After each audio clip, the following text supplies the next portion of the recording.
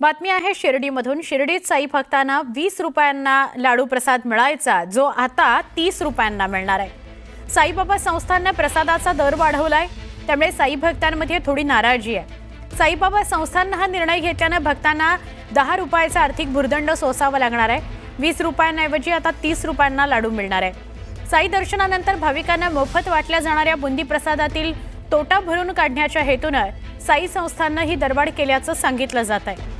पण भाविकांच्या देणग्यांवर चालणाऱ्या विश्वस्त संस्थेने असा व्यावसायिक दृष्टिकोन ठेवून का तोटा भरून काढावा, असा प्रश्न भाविक विचारतायत। गेल्या आठवड्यातून आम्ही आलो होतो। गेल्या आठवड्यामध्ये प्रसादाचा लाडूचा रेट 20 रुपये होता।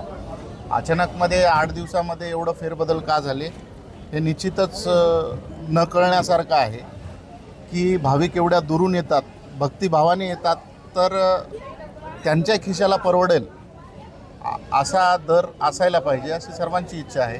आणि साईबाबा त्यांना विश्वस्तांना सद्बुद्धी देऊ।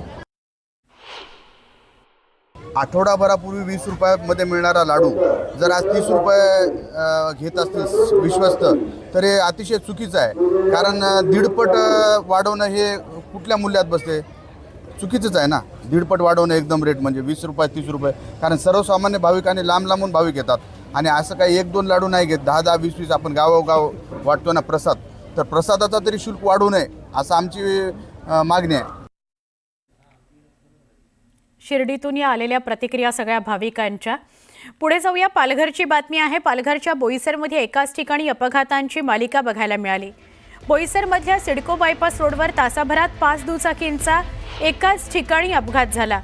दुचाकीवरून जाणारे अनेक जण गाडी त्यांची घसरत होते, त्यांच्या टू व्हीलर घसरत होत्या। या घटनेत 12 ते 13 लोकांना किरकोळ दुखापत झाली आहे। हे 5ही अपघात सीसीटीव्ही कॅमेऱ्यात कैद झालेत। अशातच रस्त्याचं काम निकृष्ट दर्जाचं झाल्याचा आरोप स्थानिकांनी केलाय। एकाच ठिकाणी एका तासामध्ये 5 वेगवेगळे अपघात बघायला मिळाले।